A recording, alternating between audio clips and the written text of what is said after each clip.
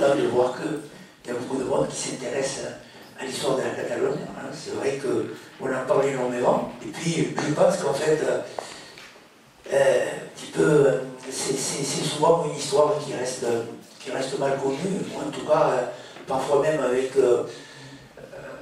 des éléments qui permettent plutôt d'aller vers des erreurs que de la compréhension de ce qui se passe maintenant. L'histoire, quand même, ne prévoit rien, mais explique un petit peu en partie des choses qui se passent actuellement. Et c'est vrai que, malheureusement, depuis assez longtemps, je pense qu'on a négligé les sciences humaines. Vous voyez, à un moment donné, il n'y avait que les sciences exactes qui comptaient. Il fallait absolument que tout le monde soit ingénieur. Et on a négligé les sciences humaines. Et je pense qu'on le paye un peu, quoi. Parce que si on regarde, par exemple, les pandémies, ben les pandémies, c'est vieux comme le monde. Si vous voulez. Moi, j'ai des journaux, même comme Le Monde, c'est une parenthèse, hein, des journaux, même comme Le Monde, qui disaient qu'on n'avait jamais vu quelque chose comme ça. C'est une absurdité totale. Mais je regardais à Pézia, par exemple, à Pézia, 1500 habitants, en 1918, la grippe espagnole fait 60 morts. D'accord? 1348, la grande peste de 1348, 50% de la population. Et ici, sur la mer, parce que la grippe, cette peste arrive par Coyo, c'est 60% déjà de Bagnols et de Coyo qui vont mourir. Vous voyez qu'on n'en est pas là. Hein? Et tout ça, on l'a oublié parce que l'histoire passe aux oubliettes. L'histoire, elle ne prévoit rien, mais elle permet d'expliquer. C'est ce peut-être qu'on va essayer de faire avec l'histoire de la Catalogne, hein, aujourd'hui, donc jusqu'au XVIIe siècle. Alors d'abord, la Catalogne, qu'est-ce que c'est? Avant de faire l'histoire, il faut voir le cadre un petit peu géographique, le territoire qui est concerné. Qu'est-ce que c'est que la Catalogne? Hein? Les territoires, en général, ils ont été forgés par l'histoire. Avec une géographie, certes, mais c'est l'histoire qui ancre les territoires. Hein? Donc c'est le cas de la Catalogne, mais dans un espace géographique.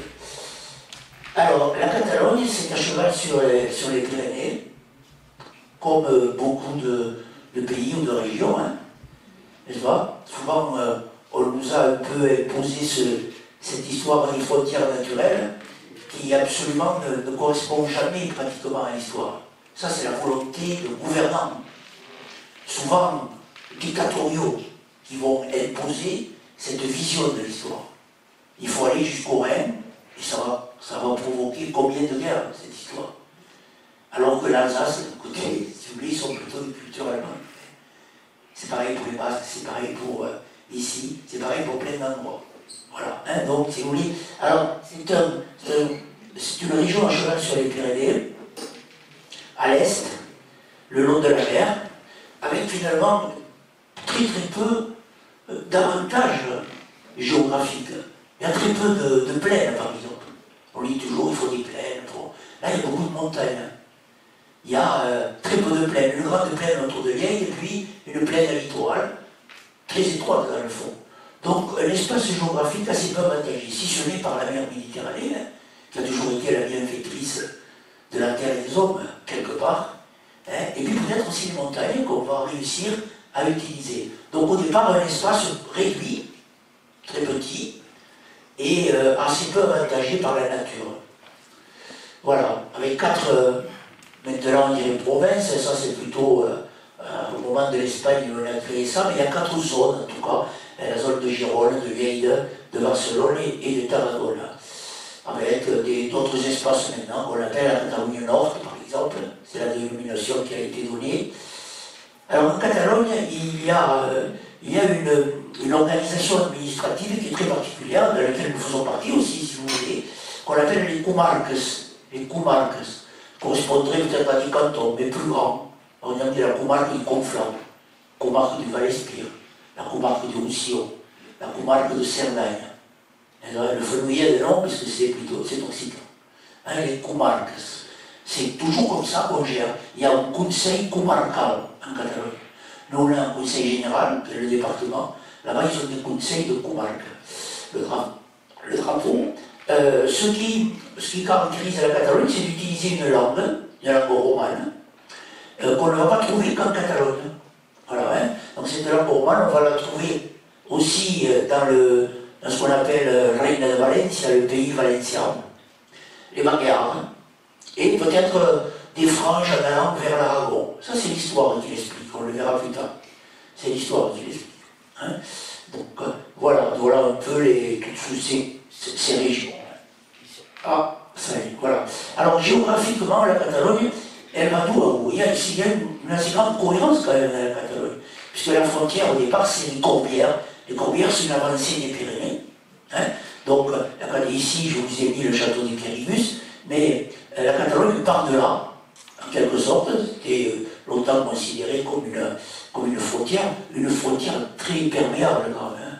C'est pas la frontière sans rideau de fer, des frontières très perméables le long de la mer Méditerranée, où il y a toujours eu une circulation d'hommes, hein, depuis toujours. Voilà, et elle va jusqu'au delta de l'Èbre. Hein, l'Èbre, grand fleuve du nord de la péninsule ibérique. Donc la Catalogne, c'est à l'est, le long de la Méditerranée, entre les Corbières et le delta de l'Èbre. Avec énormément, je vous dis, de montagnes, y compris le long de la mer. Tout le monde connaît évidemment la Costa Brava, mais pas uniquement. Hein.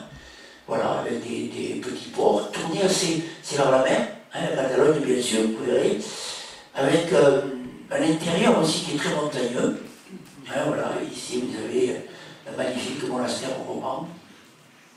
Voilà, donc des zones volcaniques, ça c'est pas très loin de Figueres, hein, Castellfollit de la Roque, un village magnifique qui se trouve sur une coulée de lave d'un ancien volcan. Vous connaissez peut-être la zone volcanique de Catalogne, du côté d'Olot, des volcans magnifiques éteints, n'est-ce pas? Mais assez récents dans l'échelle évidemment géographique de millions d'années. Hein. Voilà. À l'intérieur, quelques plaines et puis des grands étangs, des étangs du Doubs, ici c'est Bagnoles, sont des étangs naturels, hein, parce que comme on est dans une zone montagneuse, l'eau des montagnes parfois s'accumule et donne ce genre de situation. Je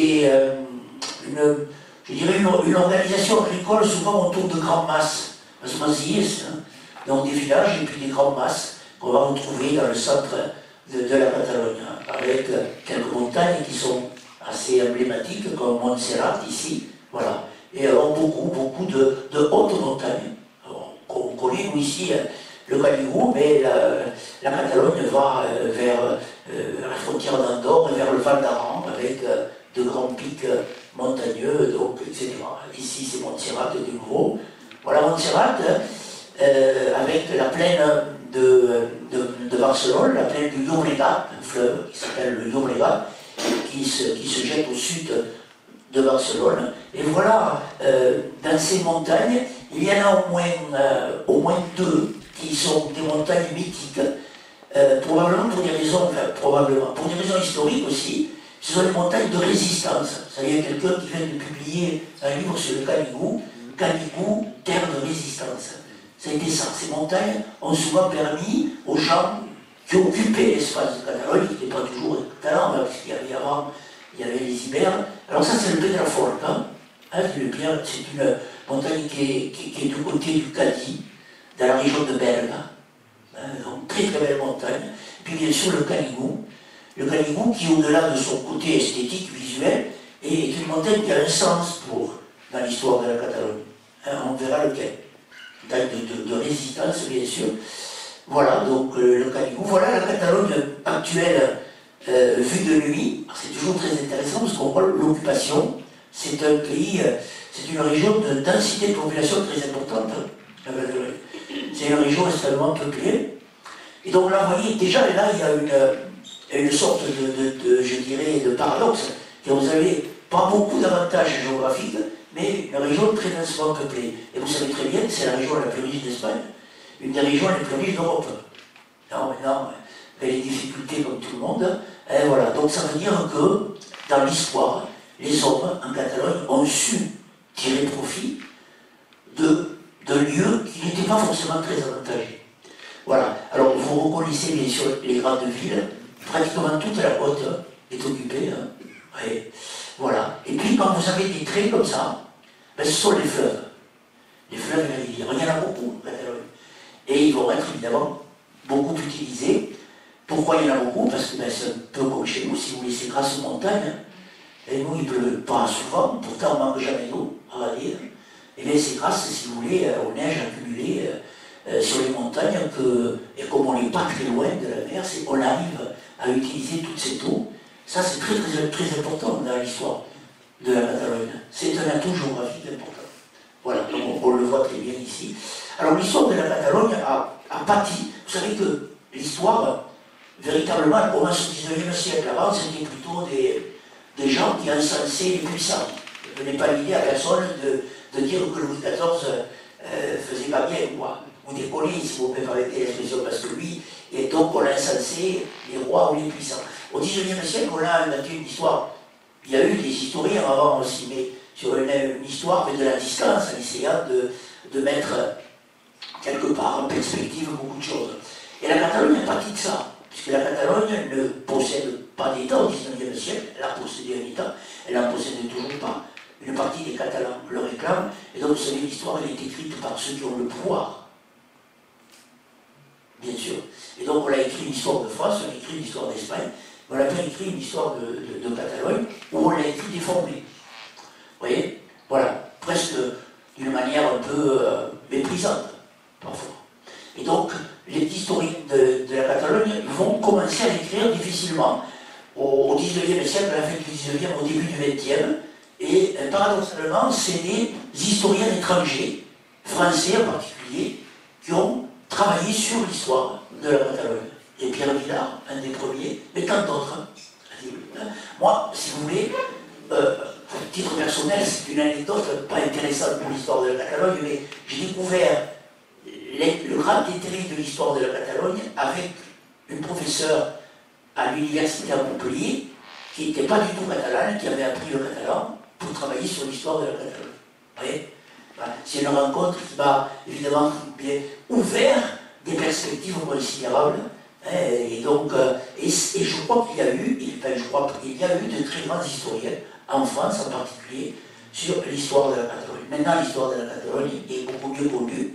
Il y a même un musée magnifique que je vous conseille d'aller voir, le Muséum d'Histoire de Catalogne, sur le port à Barcelone. C'est un musée très moderne, très didactique, très très beau, dans des anciens docks du port de Barcelone.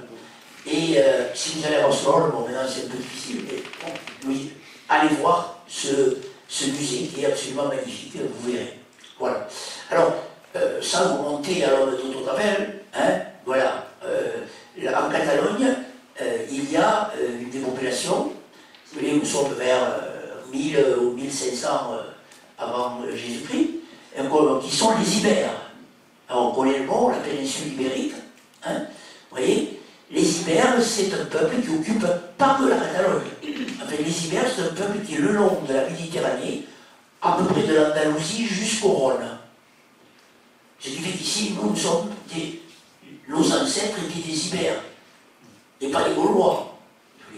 Mais déjà, là, c'est évident. Alors, évidemment, c'est une civilisation qui peut avoir certaines parentés avec la civilisation gauloise, mais c'est une civilisation très originale, la civilisation ibère.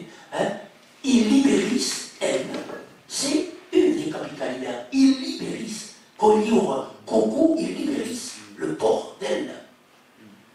Elne, ils ont changé de nom au moment où l'Empire romain est devenu chrétien, et ils ont donné le nom de la mère de Constantin, parce que peut-être des faillots, les gens d'Elne, hein, donc ils ont donné le nom de la mère de Constantin, Helena, et ils ont abandonné leur nom d'origine, Illiberis.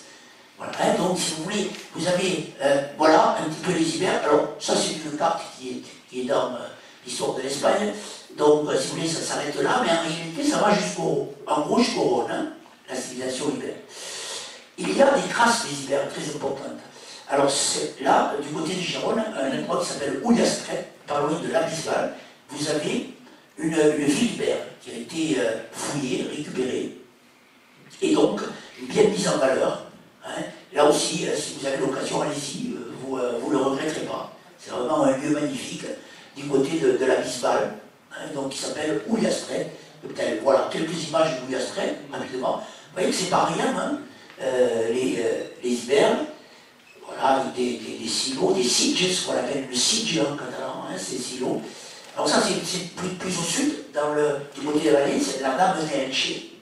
Hein, c'est une des pièces maîtresses de, disons, de l'art ibère, on peut dire. Voilà. Alors, ces ibères, qu'est-ce qui leur arrive? Eh bien, ces ibères, en fait, ils vont être petit à petit, ils vont rencontrer les Grecs, bon, mais les Grecs arrivent très peu nombreux, et puis les Romains.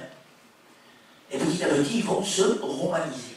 C'est pas, les Romains n'arrivent pas en masse, c'est pas une invasion romaine ou grecque. C'est quelques Grecs, quelques Romains qui vont arriver dans cette zone-là, pas que là, mais un petit peu partout en Méditerranée, et qui vont, petit à petit, faire évoluer les cultures des locaux vers une culture grecque, et puis surtout romaine. Voilà. Les ibères se romanisent. Hein. Il y a un autre site ibère très intéressant, Rusino, qui a donné le nom à Roussillon. Roussillon, c'est, si je te pose la question si quelqu'un y est allé, je ne sais pas si vous êtes allé, quel dommage, c'est en prenant l'ancienne route de Perpignan à Canet, à un moment donné, vous avez le supermarché, au lieu d'aller au supermarché, à droite, vous allez à gauche, et vous tombez sur le site de Rusino. C'est un oppidum au-dessus de la tête, avec des fouilles extraordinaires, d'abord ibères, puis romaines. Hein, voilà, donc le pont qui traversait la tête de la voie romaine, passait à Rusino. Voilà, alors c'est ici, nous sommes à Emporias, Emporion, en grec, le comptoir. Voilà. Le comptoir, les Grecs, ils faisaient comme ça, ils arrivaient, quelques-uns, et ils faisaient un comptoir pour commercer avec qui? Avec les ibères. Emporias, hein, vous connaissez, c'est devenu un site très important pour les Grecs d'abord. Voilà ici la cité grecque, avec le port. Hein. Ça c'est l'histoire des ibères. On revient. Oui, je ne sais pas si c'est pas un petit peu mélangé. Vous savez pourquoi les Romains, oui c'est peut-être pour ça, vous savez pourquoi les Romains vont arriver ici très vite en Catalogne. Par exemple, les Romains ils vont arriver en Catalogne en 218 avant Jésus-Christ. C'est-à-dire la Catalogne va devenir une province romaine, la Tarragonaise, en 218 avant Jésus-Christ. Si vous pensez à Jules César, pour la Gaule, c'est 50 avant Jésus-Christ. Et alors pourquoi? Parce que, à cause d'Hannibal, à cause des Carthaginois, vous connaissez l'histoire d'Hannibal, qui a fait le tour là comme ça, et qui est allé d'ailleurs jusqu'à Rome, même jusqu'à Naples, avec des victoires retentissantes, et bien pour éviter une nouvelle remontée des Carthaginois, les Romains vont arriver en Catalogne très vite. Voilà. Donc la Catalogne, la zone de la Catalogne, pas que la Catalogne actuelle, mais la zone de la Catalogne va être romanisée extrêmement rapidement. Regardez, vous voyez. Voilà. Moins 218, 214. Et puis, si vous regardez par exemple la Galice, moins 29. Vous voyez, il y a ici 2 siècles de plus de romanisation dans ces zones-là. Ce qui explique d'ailleurs que le catalan soit une langue qui soit très proche du latin. Une langue qui est très proche du latin. Le catalan, par exemple, l'italien, sont des langues qui sont vraiment proches du latin. Hein? Voilà. Ça, c'est le port d'Emporias, la cité grecque. Alors là encore, allez-y, et puis la cité romaine. Vous voyez? Voilà. Donc là, nous sommes dans une zone de romanisation extrêmement importante. Voilà, on va le retrouver d'ailleurs dans l'histoire de la Catalogne, qui laisse en Catalogne des monuments remarquables. L'aqueduc de Tarragone, vous le voyez ici, vous prenez l'autoroute et vous le voyez, et puis cette cité Tarragone, qui est une cité construite pour les militaires au départ, hein, pour les légions romaines, pour justement barrer la route éventuelle d'un retour des Carthaginois. Voilà. Hein, donc ici, qu'arrive-t-il à cette région de la Catalogne, mais pas que évidemment, au moment où l'Empire romain va disparaître? Il y a, comme partout, des tribus germaniques qui vont déferler et se construire des petits royaumes. Et ici, en Catalogne, ceux qui arrivent, ce sont les Visigoths. C'est pas les Francs. Les Francs vont aller plus au nord, n'est-ce pas, hein? Les Visigoths, eux, les Visigoths d'abord, qu'est-ce que c'est? Ce sont des Goths venus du centre de l'Allemagne actuelle. Visigoths, les Goths qui sont allés à l'ouest, et Ostrogoths, les Goths qui sont allés à l'est. Ici, nous avons les Visigoths qui arrivent. Et ils vont se construire dans Catalogne, mais d'une manière beaucoup plus vaste, un immense royaume qui va à cheval sur les Pyrénées et qui va de Toulouse, en gros, à ce qui est maintenant l'Andalousie.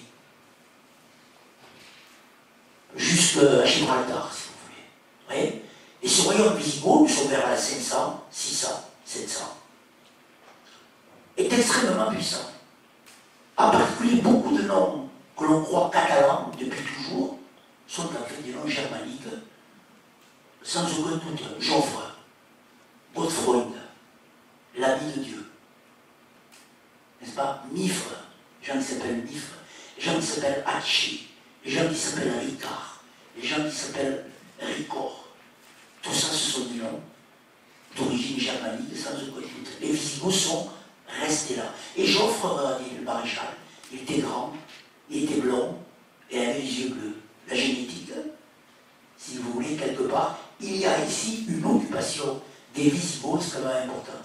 Il y a une théorie, elle n'est pas admise par tout le monde, comme quoi la Catalogne, comme la France est le royaume des Francs, la Bourgogne, celui des Burgondes, la Lombardie, celui des Lombards, la Catalogne serait la Haute-Alagne, le pays des Goths.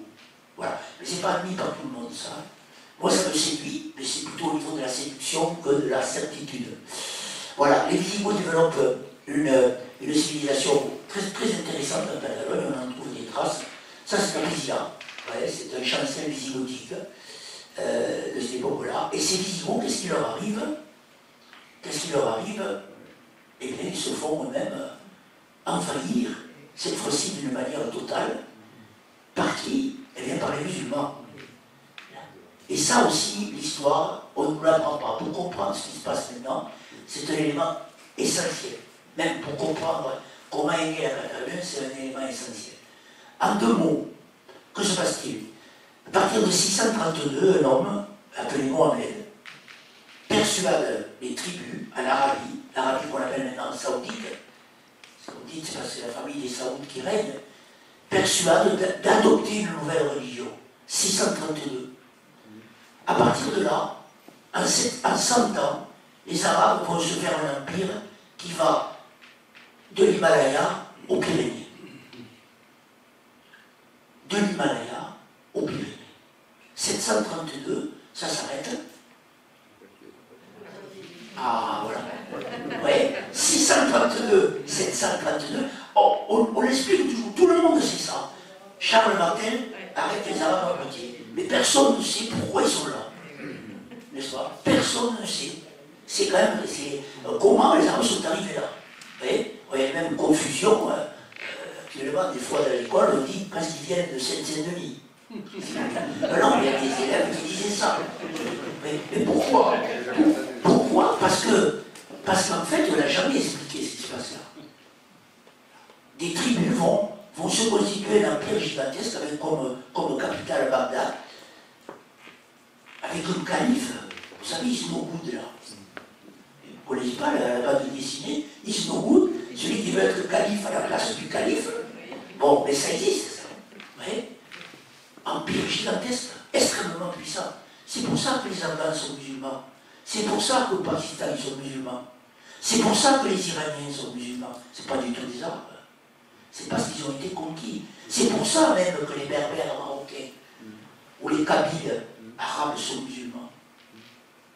Eh bien, en l'an 700, un homme qui s'appelle Tariq, qui n'est même pas un musulman, même pas un arabe, c'est un berbère marocain, il débarque à Djebel al-Tariq, la montagne de Tariq, Gibraltar. Voilà, Djebel al-Tariq, la montagne de Tariq, Gibraltar. Ils prennent très vite, ils battent les Visigoths à plusieurs reprises et ils transforment la péninsule ibérique en une région de l'Empire musulman. Voilà. C'est à partir de là que va naître la Catalogne, hein, quelque part. Mais on ne peut pas expliquer l'histoire de la Catalogne si on ne comprend pas ça. Voilà. Vous voyez cet empire, regardez. Hein, voilà.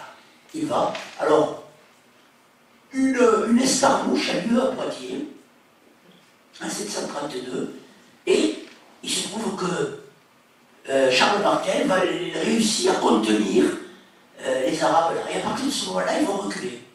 Alors, vous savez, Charles Martel, c'est le grand-père de Charlemagne. Le Pépé de Charlemagne. Hein.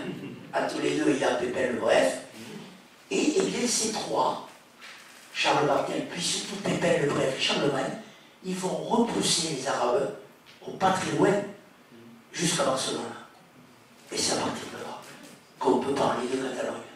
On va le voir. Hein. Voilà. Donc les Carolingiens, du Carolingien, Carolus, Charles Martel, le premier, et on parle de reconquête carolingienne. La Catalogne naît de la reconquête carolingienne.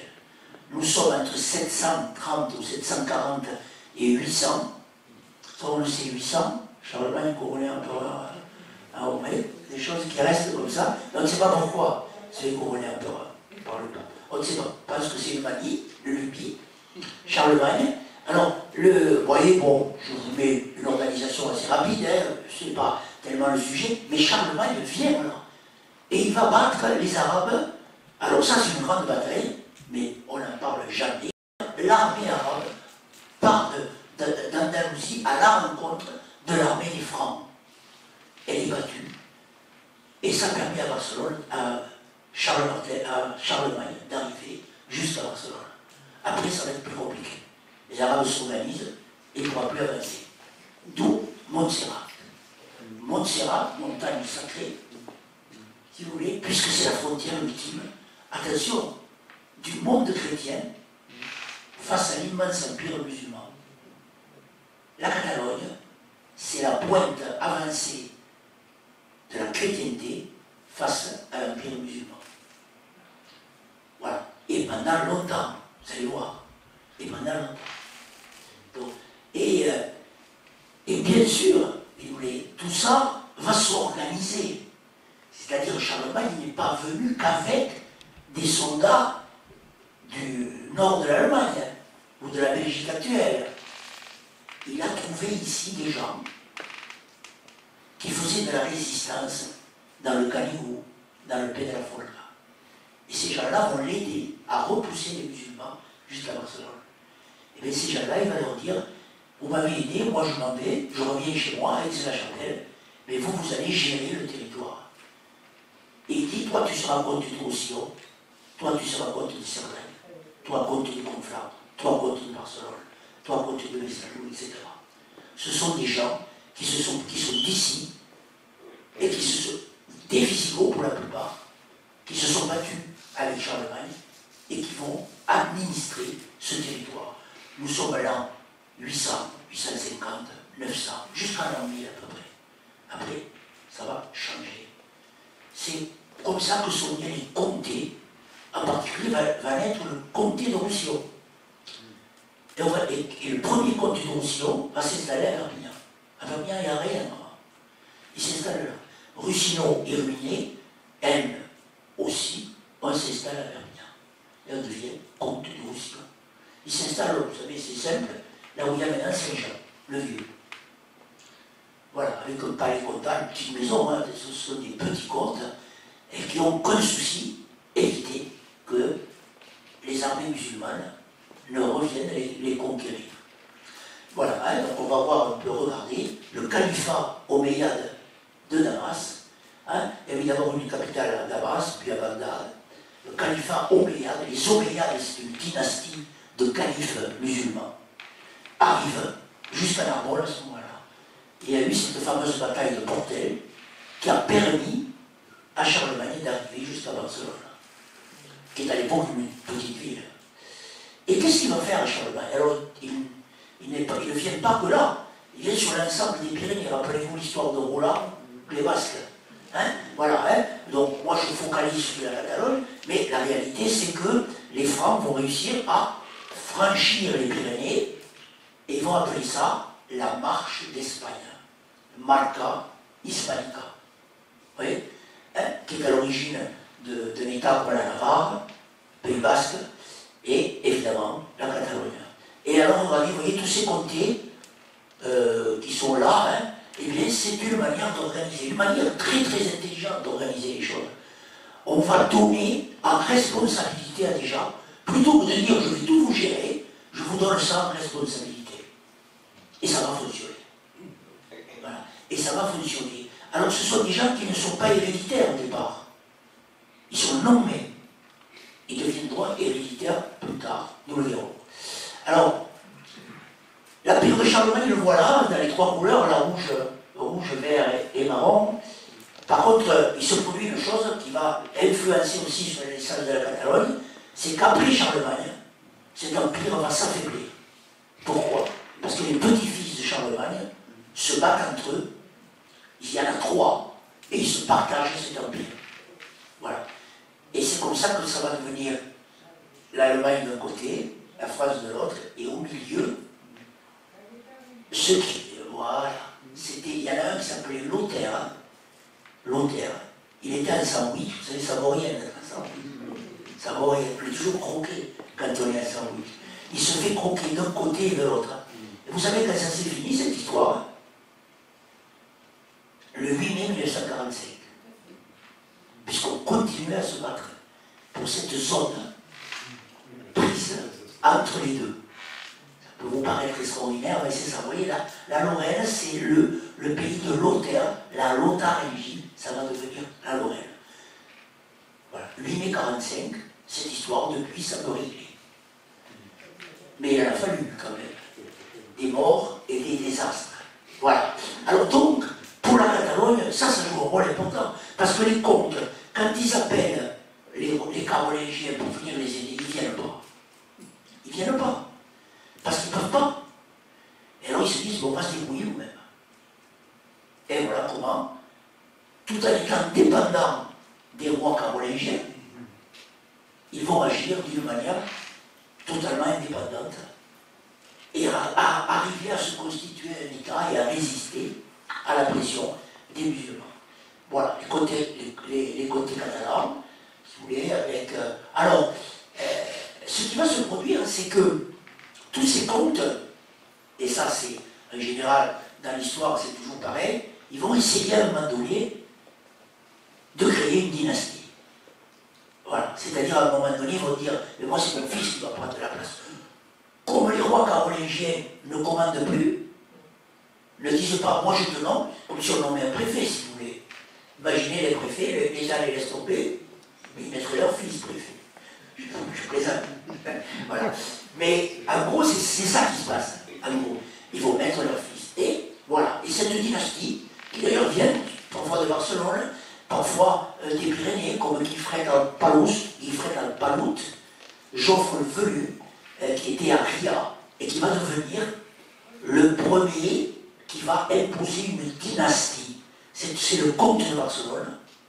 Il va imposer une dynastie, et cette dynastie, finalement, petit à petit, va prendre tous les comtés, non pas par la guerre, mais par des accords. Le comté de Roussillon, le comté de Vallespir, le comté de Messalou, etc., s'unissent pour mieux résister autour du comté de Barcelone. Voilà pourquoi il n'y a pas de roi en Catalogne. Le roi, il va être le roi d'Aragon, on verra plus tard. Ils sont comtes de Barcelone. Simplement. Jusqu'à leur disparition, ils resteront d'abord comtes de Barcelone. Voilà. Le premier étant ce fameux Wilfred Alpalout, Guillaume le Velu, qui va mourir d'ailleurs, attention, 863, c'est presque 100 ans après Charlemagne, il meurt dans une bataille contre les musulmans à Solsona. Solsona, si ça vous dit quelque chose, c'est au pied des Pyrénées, mais alors très à l'intérieur des terres. Vous voyez, Solsona. Donc vous voyez que jusqu'à cette époque-là, il y a des raids arabes, des razzias arabes qui remontent pratiquement jusqu'aux Pyrénées. Voilà, donc regardez ce qui arrive au bout d'un moment. Nous sommes là maintenant vers la 900, on peut dire même 950,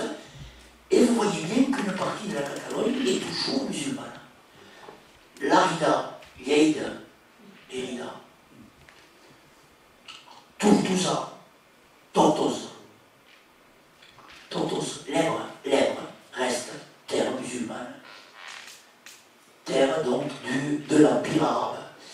Et la frontière, c'est dur la frontière. C'est très dur, vous verrez. C'est des moments extrêmement compliqués. Hein. Voilà. Bon, je vous ai mis que c'est cette fameuse histoire. On va profiter de la mort de Wilfred Alpalout, de Guillaume le Velu, si vous voulez, pour créer une légende. Les historiens vont la créer plus tard, la légende du drapeau catalan. On dit que quand il est mort, il a mis sa main donc dans sa blessure et il a tracé 4 barres de sang sur son écu qui était à l'or. Hein. Voilà. C'est évidemment légendaire, ça explique le drapeau catalan, mais la réalité de la mort de Wilfred Alpalout est bien réelle, dans des batailles contre les musulmans. Voilà. Je vous ai mis, mais je vais passer parce que c'est pas le plus intéressant, c'est l'histoire de la dynastie. Alors, comment est-ce qu'ils vont faire pour arriver à organiser ces territoires? Eh bien, si vous voulez, ce chapiteau qui se trouve à Ripoll, dans l'église de Ripoll, la grande abbaye de Ripoll, montre un petit peu ça. On pourrait le dire un peu partout d'ailleurs, mais encore plus en Catalogne. Vous avez une alliance entre le clergé d'un côté et les militaires de l'autre. Et le clergé, si vous regardez, il est représenté sous 2 formes. Le clergé régulier, l'évêque, et le clergé séculier, les moines. Vous le voyez là? Vous voyez? Là vous avez le moine, là vous avez l'évêque, là vous avez le comte, et là vous avez les guerriers. Hein? Voilà. Eh bien, qui est-ce qui va jouer un rôle capital dans l'organisation et dans la résistance de la Catalogne? Eh bien, c'est eux. Voilà. Paradoxalement, ça va être les moines. Et quels moines? Les bénédictins. Alors, vous savez, vous avez des abbayes bénédictines partout au Catalogne. Chez nous, partout. Saint-Genis-des-Fontaines, Saint-André-de-Sorel, Saint-Michel-de-Couchard, Saint-Martin-du-Canigou.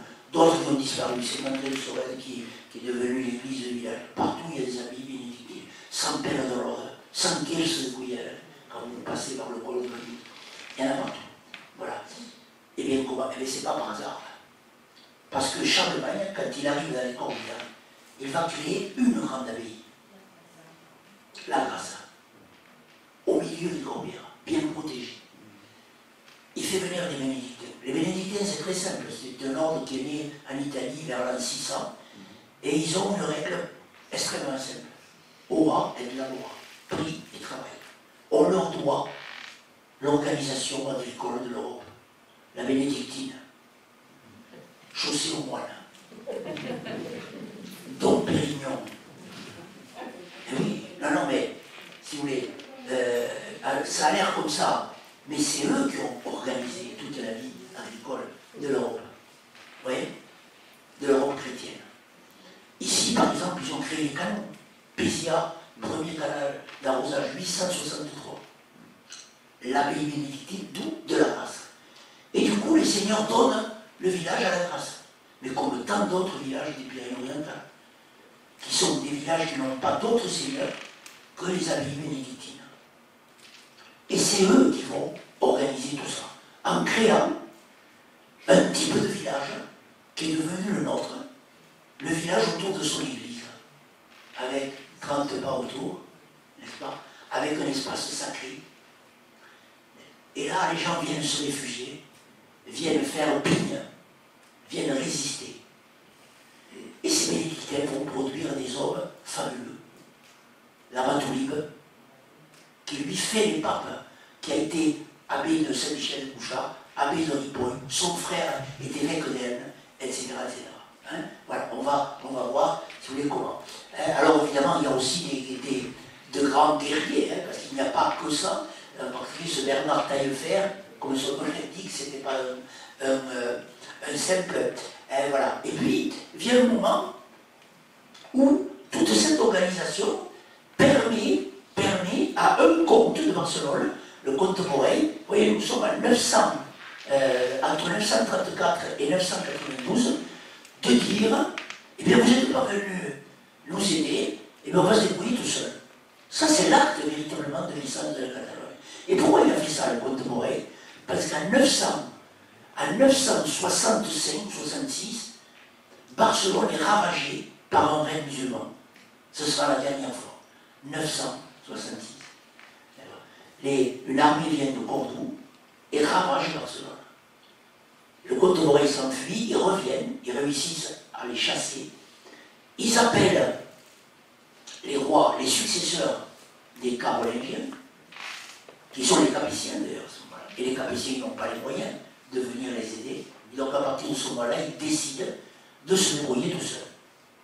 Voilà. Hein? Donc ça, c'est un élément important. Vous voyez ce raid-là, d'ailleurs qu'il n'a pas touché, même jusqu'à 984, et il y en a eu plusieurs. Il n'a pas touché d'ailleurs que la Catalogne, hein, bien sûr, vous le voyez là. Voilà, donc ça c'est un peu une étape de l'histoire de la Catalogne, et c'est là où vont intervenir autour de l'an 1000 des personnages remarquables, qui ont une influence, je dirais à l'échelle mondiale, non, puisque on n'est pas en Chine ni en Amérique, là bien sûr, mais en tout cas au niveau de la chrétienté, du monde chrétien occidental, qui vont avoir un rôle absolument majeur. Et en particulier ce fameux Abatoulib, l'abbé Ouliba, hein, donc, qui va, lui, il fait en permanence des allers-retours entre Rome, par la mer d'ailleurs, entre Rome et la Catalogne. Il fait nommer des papes, en particulier un grand pape qui s'appelle Sylvestre II, qui a été abbé de l'abbaye de Saint-Michel de Couchant. Si vous regardez l'histoire de la papauté, vous verrez le rôle de Sylvestre II, qui est capital à cette époque-là. Et en fait, il invente l'histoire de Pays Trêve de Dieu, à Toulouse. Ils essaient de calmer un petit peu les esprits de façon à arriver à ce que les gens puissent vivre le mieux possible. Vous connaissez l'histoire, là, il décrète qu'on ne va pas se battre entre le jeudi et le dimanche, qu'on ne peut pas attaquer les églises, qu'on ne peut pas attaquer 30 pas sacrés autour de l'église. On appelle ça les saint-élèves, n'est-ce pas, hein? Voilà. Et cet Abatoulib a un rôle fondamental. Il est aussi un grand bâtisseur. Il bâtit le Saint-Michel de Couchard, une partie de Saint-Michel de Couchard, Ripoll, etc. Donc Saint-Père de Rhodes en particulier, vous voyez, et tant d'autres. Et on va en parler, on le voit ici dans le texte qui signe, la paix et trêve de Dieu, voilà. Donc vous voyez, ça ce sont des documents qui relatent l'histoire de l'Abatoulib en tant que moine bâtisseur. Saint-Michel de Couchard, qui est une église qui existait, qui a été commencée à construire autour de l'an 900, et que lui va transformer dans une immense abbaye extrêmement, qui a un rôle capital à cette époque-là. Hein, voilà, donc, je passe avec plus tard, au XIIe siècle, on construira ce magnifique cloître dont une partie se trouve aux États-Unis. Hein. Ouais, voilà. Et puis ça, voilà, ça c'est une partie de l'œuvre de l'Abatoulib, hein, cette sorte de crypte, on l'appelle la crypte du Pessèvre, c'est-à-dire de la crèche. Et alors l'Abatoulib, qu'est-ce qu'il va faire? Ben, ils vont faire en sorte de faire venir des maçons depuis la Lombardie pour construire des églises partout. Et ces églises qui doivent être originales et qui doivent permettre de réinstaller le christianisme partout. Et bien c'est la Roma. C'est la Roma. Le premier roman méditerranéen va naître dans ces zones difficiles à contrôler, où on doit mettre des églises partout. Promenez-vous, vous le savez, tous les villages chez nous ont une, voire deux, voire trois chapelles romanes. Vous voyez, parfois les vandales les ont attachés, pas beaucoup chez nous. Voilà. Parfois le temps a fait qu'on les oublie, parfois on les a vendus, il y a des affairistes, il y en a toujours eu, il y en a en ce moment. Hein, voilà. Donc, et si vous regardez bien, on construit ces abbayes dans des endroits où on peut se défendre. Saint-Michel de Couchant, Saint-Martin du Canigou, n'est-ce pas, hein? Voilà. Et bien ça, on le doit d'ailleurs à ces gens-là. Et d'ailleurs, un des frères de l'Abatoulib, comte de Cerdagne, va venir se faire enterrer à Saint-Martin du Canigou. Hein, si vous y allez. Saint-Père de Rhodes, j'espère que vous êtes allés. Qu'est-ce que c'est de l'endroit fabuleux. Vous êtes là dans vos almères à vous, hein, de Vaduz. Et de l'autre côté, il y a un pays formidable qui a compilé des dizaines et des dizaines de textes grecs pour seule Bible qui existe, d'ailleurs qui a été volée par l'armée de Napoléon, se trouve à la Bibliothèque nationale en France, ça s'appelle la Bible de Rhodes. Hein, elle a été donc faite, c'est une œuvre d'art absolument extraordinaire, par les moines de Saint-Père de Rhodes. Voilà Saint-Père de Rhodes. Voilà Ripoll, hein, en abbaye de Ripoll, toujours dans la montagne. Hein, voilà. Ripoll Grandi, alors, c'est une parenthèse, vous voyez le morceau de clocher qui manque, tremblement de terre, 1425. Vous voyez ici, il peut y avoir un tremblement de terre qui a fait des morts et qui a détruit aussi une partie du clocher de Saint-Martin-du-Canigou. Voilà. Ripoll qui au XIXe siècle fera un portail absolument fabuleux. Et Montserrat qui est la frontière ultime. Là, il faut on met une Sainte-Cécile de Montserrat, on va la mettre là, face, en bas de Montserrat, il y a les troupes musulmanes. Voilà. Elle est neuve, l'abbaye de Montserrat. Vous savez qui c'est qui l'a démolie? Napoléon. Voilà. Donc, si vous voulez, vous savez, parfois, on a un sens, il faut des choses. Tu sais, l'histoire, elle doit faire la part des choses. Elle doit parler de tout, aussi bien ce qui nous plaît que ce qui ne nous plaît pas. Ben, ça ne plaît pas en France de dire que Napoléon a tout cassé, oui, bien sûr. C'est pourtant vrai. Hein, voilà. Donc, si vous voulez, et regardez ce que ça donne. Vous avez là, et d'ailleurs, c'est le millénaire cette année. J'espère que vous irez le voir. Il y avait plein de choses qui étaient prévues, mais avec le Covid. Là, vous avez là la première sculpture romane datée qui existe au monde.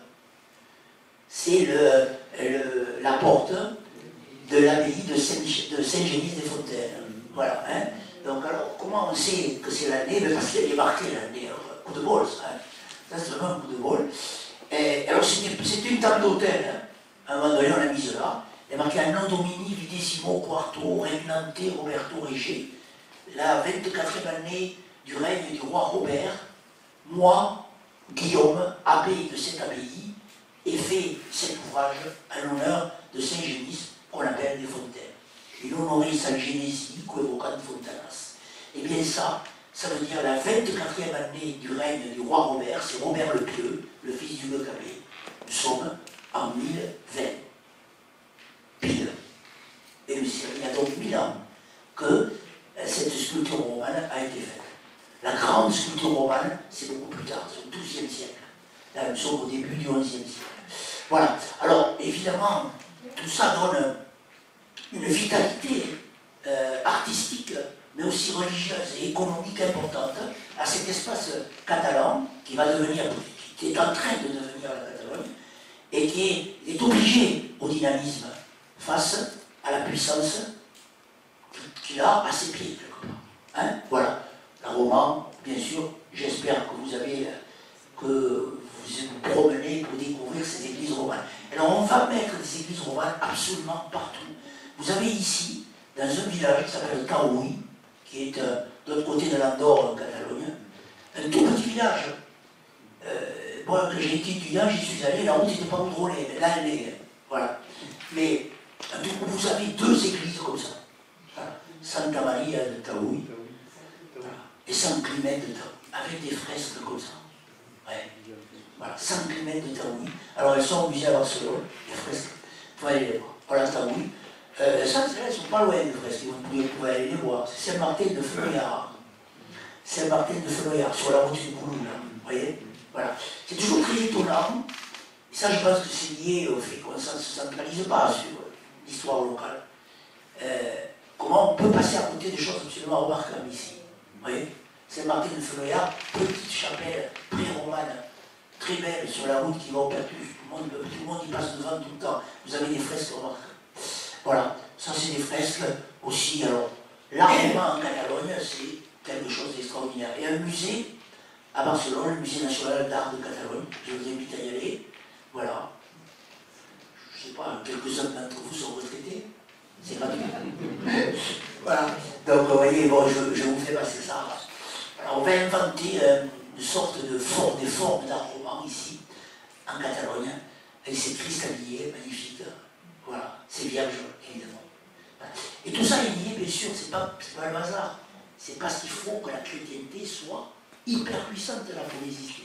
Vous voyez? Sinon, il n'y aurait jamais eu autant d'églises. Il n'y aurait jamais eu autant de développement artistique. On trouve les moyens parce qu'on en a besoin. Voilà. Alors, avec ces grandes portes, avec le fer du canicou, voilà, donc tout ça. Voilà, donc là on est dans une deuxième, si vous voulez, une deuxième étape, une autre étape de la naissance de la Catalogne, que j'appellerai, moi, après les difficultés, le renforcement maintenant.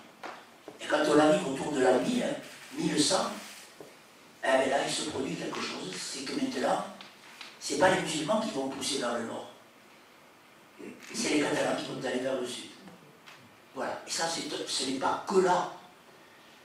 Il y a un basculement après l'an 1000 où la puissance dans la Méditerranée et entre l'Asie et l'Europe était détenue par les musulmans. À partir de là, elle sera détenue par les chrétiens. Voilà, qui en feront un usage parfois immodéré. Voilà. Et un des contes, Ramon Béranger IV, n'est-ce pas, qui ont des grands contes de Barcelone, nous sommes vers l'an 1120-30, voilà, va épouser la fille du roi d'Aragon. Le roi d'Aragon, ce sont des rois qui sont nés comme ça, un petit peu avec les tribus germaniques, qui se faisaient des rois, et il a plus d'héritier, il n'y a qu'une fille qui s'appelle Pétronier, il l'épouse, et c'est pour ça qu'il va devenir aussi roi d'Aragon. Mais ils ne vont jamais régner sur l'Aragon. Vous voyez, ils ont une conception très particulière du pouvoir, les comtes de Barcelone, c'est que jamais ils vont, on pourrait dire, coloniser les terres qu'ils vont conquérir, soit par les mariages, soit par les conquêtes militaires.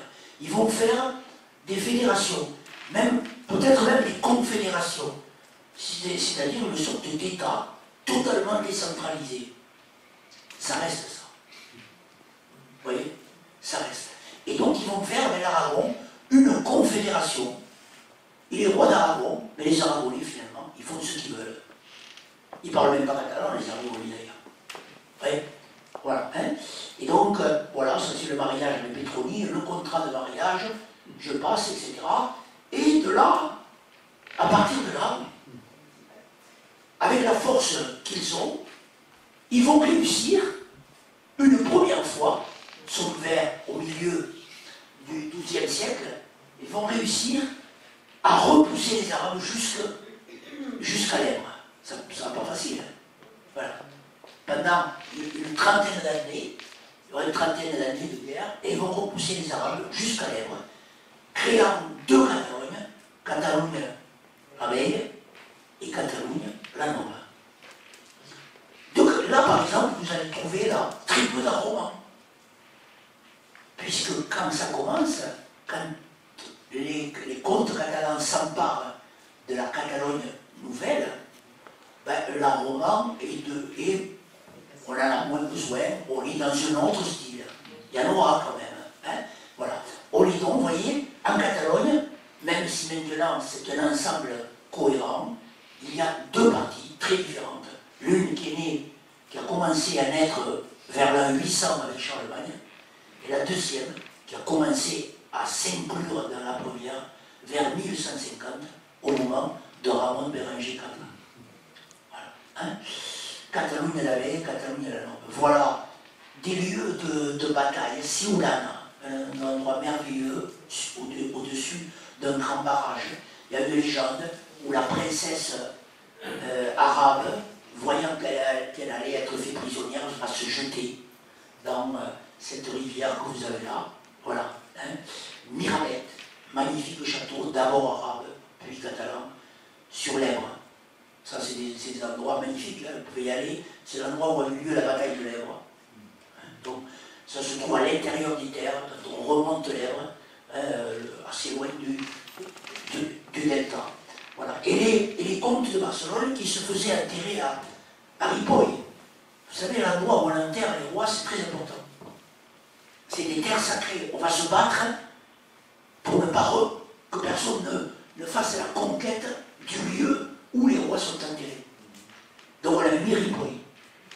Et là, on va les enterrer maintenant plus près de la nouvelle frontière, n'est-ce pas, dans des grandes abbayes qui vont être construites. Alors c'est toujours la même histoire, je passe. Ça, c'est une carte anglaise qui parlait de ça. Voilà, dans ces grandes abbayes nouvelles que l'on va créer pour faire la même chose que des abbayes bénédictines. des abbayes cisterciennes. Et on refait le même coup. Quelle est l'abbaye cistercienne qui est à côté de l'Argonne? Eh bien oui, Fontfroide. Et bien pareil, on crée Fontfroide dans les Corbières et on dit au moine de Fontfroide, allez organiser le territoire que nous venons de conquérir. Et ça marche. Il se crée 3 abbayes magnifiques, ça aussi allez les voir. Poblette, Bayonne de las Monges, abbaye pour des dames, et Sainte-Esclose. C'est une sorte de grande vallée des cisterciens qui vont organiser tout ce territoire du sud de la Catalogne. Voilà, ça c'est Poblette. Et là, nous sommes déjà dans ce qu'on appelle l'art cistercien, qui est à cheval entre l'art roman et le gothique. Très épuré. Vous savez, en 2 mots, les cisterciens, c'est une critique des bénédictins, comme ils avaient réussi à se créer de grands domaines agricoles, ils étaient devenus très riches. Vous savez, le chaussée au moine, le moine là, voilà, c'était ça, en gros, hein, voilà. Et les cisterciens, ils vont travailler sur des choses beaucoup plus humbles. Ils vont en retour à la règle, prix et travail. Voilà. Donc, voyez, des abbayes magnifiques, Poblette, et bien sûr, les rois vont cette fois-ci se faire enterrer là, avec toujours cette idée. On viendra défendre notre sépulture. Ils sont à quelques kilomètres de la frontière avec l'Empire musulman. Alors, on va enterrer à Poblette tous les rois. Voyez, voilà. Ça aussi, c'est très très beau. Et c'est aussi une époque où cette carte, on ne l'a pas encore vue parce ils ont inclus le royaume de Valence, je vais vous expliquer, mais c'est aussi une époque où les Catalans commencent à sortir de Catalogne et à aller chercher des zones commerciales un petit peu partout. Hein, c'est l'époque des croisades, ils vont y aller. C'est l'époque où la Méditerranée devient le centre du monde de l'époque. Et les Catalans vont y jouer un rôle important. Hein, on va le voir. Hein, oui. D'ailleurs, ils vont construire, et ça à Barcelone, vous pouvez le voir, un immense chantier naval qu'on appelle Las de las Sanes, c'est sur le pont, où on va construire des milliers de bateaux qui vont aller se balader un petit peu partout en Méditerranée. C'est toujours un musée de la marine, c'est un très très bel endroit à Barcelone, pas loin de la statue de Christophe Colomb, là, en bas des Ramblas. Ça aussi c'est quelque chose, vous pouvez aller voir. Alors il y a même des Catalans qui vont faire des conquêtes très étonnantes. On va aller jusqu'en Grèce et même se créer un petit royaume. C'est des compagnies qu'on appelle les Almorovars, Robert Dinas, qui peut-être est venu, vous en parlerez beaucoup mieux de moi. Voilà, ce sont des illustrations de tout ça. Les Almoravars, qui ont un nom arabe, mais sont en fait des mercenaires catalans qui vont se tailler comme ça des petits royaumes qui ne sont relativement éphémères, mais où l'implantation des Catalans va durer. L'implantation commerciale des Catalans va durer. Une petite parenthèse, parce que vous avez certainement entendu parler d'un quartier d'Istanbul qui s'appelle Galatasaray, qui est un club de foot. Voilà. Ouais. Et donc j'ai une voix sur parole, Galatasaray. Galatasaray, c'est le catalan sérail, le sérail des Catalans. Ouais. Le sérail, c'est-à-dire l'hôtel, etc., un endroit où un comptoir. Galatasaray, c'est le comptoir des Catalans. Voilà. Donc je passe, on construit évidemment dans cette zone de très très beaux châteaux. Hein, c'est une zone qui est parsemée de châteaux parce qu'on a peur qu'on subisse une nouvelle reconquête, mais aussi des châteaux pour préparer la conquête suivante qui va venir. Un peu de suspense. Voilà. Vous avez ici Cardona, magnifique, allez-y. Alors, ce que vous voyez en bas, c'est pas du Moyen-Âge, c'est des fortifications de l'époque du XVIe siècle. Hein. Mais vous avez ce château avec une église romane magnifique, le château de Cardona. Voilà. Hein. Là, on avance, et nous sommes au XIIIe siècle. Voilà. La Catalogne a réussi complètement à se stabiliser, devient même une région riche. Hein. Les commerçants vont partout. Sauf qu'à un moment donné, il va y avoir un problème. Voilà. Le problème, c'est quoi? Ben, ce problème, c'est les Cathares. Alors, pas en Catalogne, hein, mais pas loin. En Occitanie, il y a le catharisme. Alors, le catharisme, à la limite, les cisterciens d'une certaine façon. C'est-à-dire qu'ils recherchent la pureté face à une église catholique qui est devenue très riche et qui parfois a un comportement un peu, j'allais dire, un peu orthodoxe, mais peu catholique. Sauf que les barons du Nord, ne suivaient pas encore la France, vont en profiter pour venir envahir le Sud. La croisade des Albigeois, le prétexte est religieux, la réalité, c'est une conquête du Nord par le Sud. À tel point que les rois catalans le voient ça, et vont venir aider le comte de Toulouse. C'est contre le comte de Toulouse que se fait la croisade des Albigeois. Simon de Montfort qui massacre tout le monde à Béziers en disant Dieu reconnaîtra les siens, s'en fout des Cathares. Ce qui l'intéresse, c'est de venir quelque part coloniser l'Occitanie. N'est-ce pas? Et donc il y a une grande bataille qui va décider du sort de cette histoire. C'est la bataille de Muret, le 12 septembre 1213. Eh bien, le comte de Barcelone, Pierre III, va aider le comte de Toulouse, et ils sont battus, et Pierre III meurt à la bataille de Muret. Ça, si vous voulez, c'est quelque chose qui va jouer un rôle important dans l'histoire de la bataille. Parce qu'ils avaient l'idée de créer une sorte de fédération occitano-catalane, l'occitan est une langue très proche du catalan, qui ne plaisait pas du tout aux barons du nord de la France. Voilà. Donc ici, et regardez, personne ici connaît Pierre III d'Aragon. Est-ce qu'il y a un village chez nous qui a une rue Pierre III d'Aragon? Eh bien, à Toulouse, à Muret, vous avez la rue Pierre III d'Aragon. Rue Pierre d'Aragon, allié de Raymond VII, tué à la bataille de Muret en 1213. Voilà. Là, on est dans quelque chose d'essentiel pour comprendre l'histoire, non seulement de la Catalogne, mais surtout du Sud. Voilà, donc la bataille de Muret, un pape a joué un rôle, un grand pape d'ailleurs, lui, il voulait liquider les Cathares, mais il s'appelle Innocent III, n'est-ce pas? Et cet Innocent III, il va rééduquer, si vous voulez, essayer de rééduquer le fils de Pierre III, qui est encore un enfant, qui s'appelle Jacques, et qui va devenir probablement un des plus grands comtes de Barcelone, Jacques Ier, dit le conquérant. Voilà. Et vous allez voir son histoire. Ce Jacques qui devait être sacrifié, qui a failli être sacrifié par Simon de Montfort, puisqu'il avait été fait prisonnier quand son père était mort. Et ce Jacques d'Aragon, fils de Marie de Montpellier, va devenir un roi clé de la fin du XIIIe siècle. Hein, voilà. Vous voyez ici, c'est un Occitan. Donc il est mort, il est né à Montpellier, sa mère était Marie de Montpellier, n'est-ce pas? El Conquestaire, c'est le conquérant en Occitan. Comte de Barcelone, seigneur de Montpellier, celui qui a pris 3 royaumes aux Sarrasins. Ah, on va voir quels sont ces 3 royaumes qu'il a pris. Celui qui a pris 3 royaumes aux Sarrasins, qui a donné des lois justes, ça c'est les Corses, et plus tard la Generalitat, hein, voilà, qui a donné des rois justes à son peuple, qui a protégé les faibles, mesquines, c'est un mot arabe, hein, qui a assisté les laboureurs et les marchands, les savants et les troubadours, qui a renoncé, vraiment de Saint-Louis, de la reine Marguerite, au droit qu'il avait sur Montpellier, n'est-ce pas, et qui est mort à Valencia, à Valence d'Espagne, le 26 juillet de l'an 1276. Et bien, s'il est mort à Valencia, c'est parce qu'il avait conquis Valencia. Il n'est pas mort en la conquérant, mais il avait conquis le grand royaume arabe de Valencia. Voilà, hein, donc on va le voir.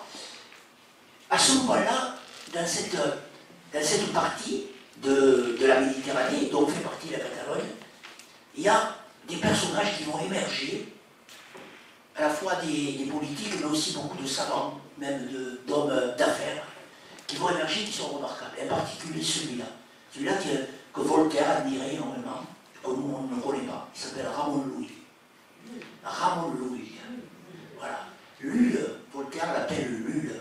Ramon Llull. Alors lui, c'est quelqu'un qui parle arabe, qui parle latin, qui parle catalan, qui parle un peu toutes les langues de la Méditerranée, qui parcourt partout, et qui essaie de créer des ponts entre les gens. Voilà. Ramon Llull. Hein? Donc, écrit énormément, il est enseigné, il va à la Sorbonne, il va partout. Il vivra très vieux, il vivra très très vieux. Et il est, lui, des Baléares. Eh bien, Jacques le Conquérant a aussi conquis les Baléares. Ramon Louis, il est né dans les Baléares, à l'époque où encore les Arabes dominaient, étaient possédés les îles des Baléares. Alors Ramon Louis, il va inventer tout un tas de choses, et c'est un des premiers qui essaie de concilier, c'est difficile parfois, la raison et la foi. Il va y avoir à partir de là, à la fin du Moyen-Âge, des gens qui vont essayer de faire cette conciliation. Parfois l'Église va les poursuivre. Ramon Louis n'était pas très très aimé. C'est un civil, Ramon Louis. Hein. C'est pas du tout un moine. Si vous allez à Majorque, vous verrez le tombeau de Ramon Louis, c'est le héros là. Vous avez le parcours de Louis. Hein, et vous avez il y a un Perpignanais qui consacre une partie de sa vie à traduire l'œuvre de Ramon Louis. Et régulièrement, il sort des traductions de l'œuvre de Ramon Louis. Voilà, Ramon Louis, ça c'est l'enterrement de Ramon Louis. Ah, et ça c'est le tombeau de Ramon Louis. Et Ramon Louis va être le professeur de Jacques le Conquérant, quelque part. Il va, le précepteur. Hein, voilà. Et il va l'inciter justement, quelque part, à instaurer une forme de dialogue entre les gens, qui existait déjà dans l'ensemble catalan, mais qui va augmenter beaucoup à partir de ce moment-là. C'est l'époque où Jacques le Conquérant met en place ce qu'on appelle les corts de Catalogne. Les corts, c'est la cour, en fait, c'est une cour où on va réunir tout le monde pour discuter. C'est-à-dire, ce n'est pas moi qui décide, l'État c'est moi, dira Louis XIV plus tard, n'est-ce pas? Les comtes catalans vont dire, l'État c'est pas moi, c'est vous, et on discute. Vous voyez? Alors, ça ne veut pas dire que c'est des bisounours non plus, hein? Ne répond pas. Mais il y a, si vous voulez, cette tendance à réunir les gens, les corps. Et d'ailleurs, les corps, parlement, si vous voulez, hein, vont se réunir un peu partout, pas simplement à Barcelone. Hein. Voilà, donc des exemples de corps avec Jacques le Conquérant, donc, qui est très connu à Montpellier, et on va parler maintenant un petit peu de ses conquêtes. La première, c'est les Baléares, en 1229. Il débarque aux Baléares, avec d'ailleurs énormément de roussillonnés, des gens de Magnus, sans aucun doute, puisqu'il y a beaucoup de gens de Collier, donc ils sont embarqués, vous avez des gens de Magnus, et d'ailleurs si vous vous promenez dans les cimetières des Baléares, les petits villages des Baléares, quand vous entrez, vous avez énormément de gens qui s'appellent Roussillons.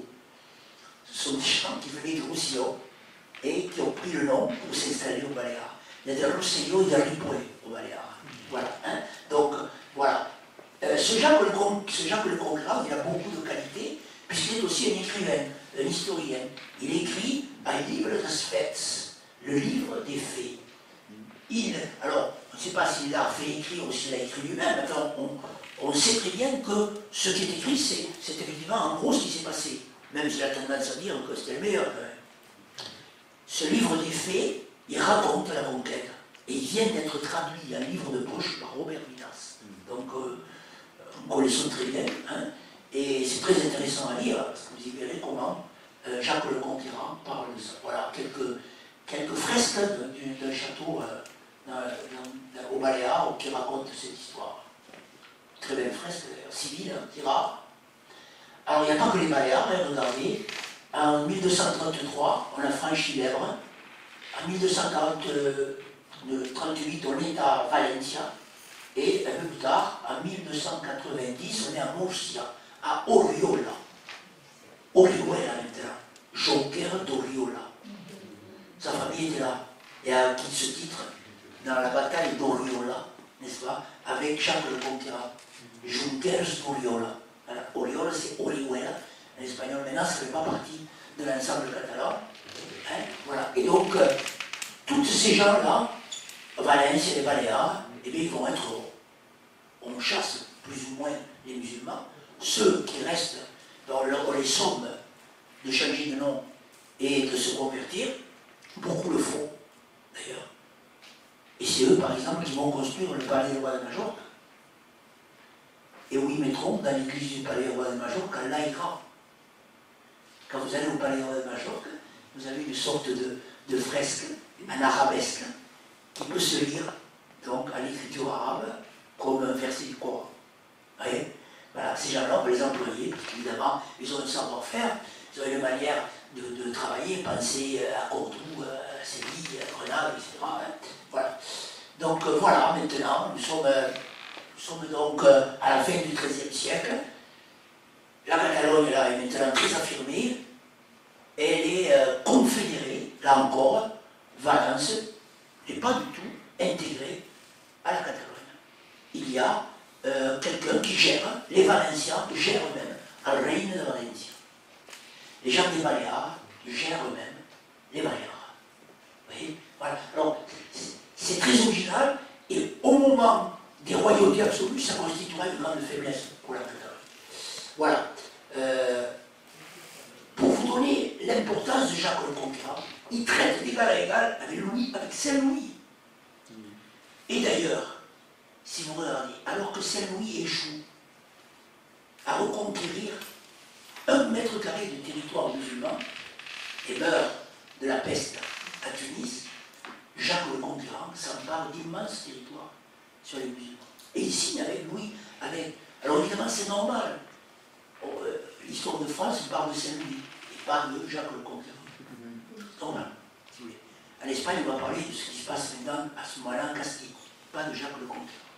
Et donc, Jacques le Conquérant signe le traité de Corbeil pour éviter les problèmes avec ce qui est en train de devenir la France. On fixe la frontière sur les Corbières. Voilà, le traité de Corbeil dit « Je renonce à tout ce qui est au nord des Corbières et vous renoncez à tout ce qui est au sud. » Voilà. Les gens du Nord ne vont pas renoncer. Voilà. Donc, le traité de Corbeil, très très important. Et les châteaux dits Qatar, Quéribus, c'est pas Qatar, c'est parce que Saint-Louis et ses successeurs vont fortifier leurs frontières. Bélestat de la frontière. Voilà. Hein? Bien, Saint-Louis, bon voilà, je passe. Ça, c'est le traité de Corbeil. Et voilà, donc l'ensemble, maintenant.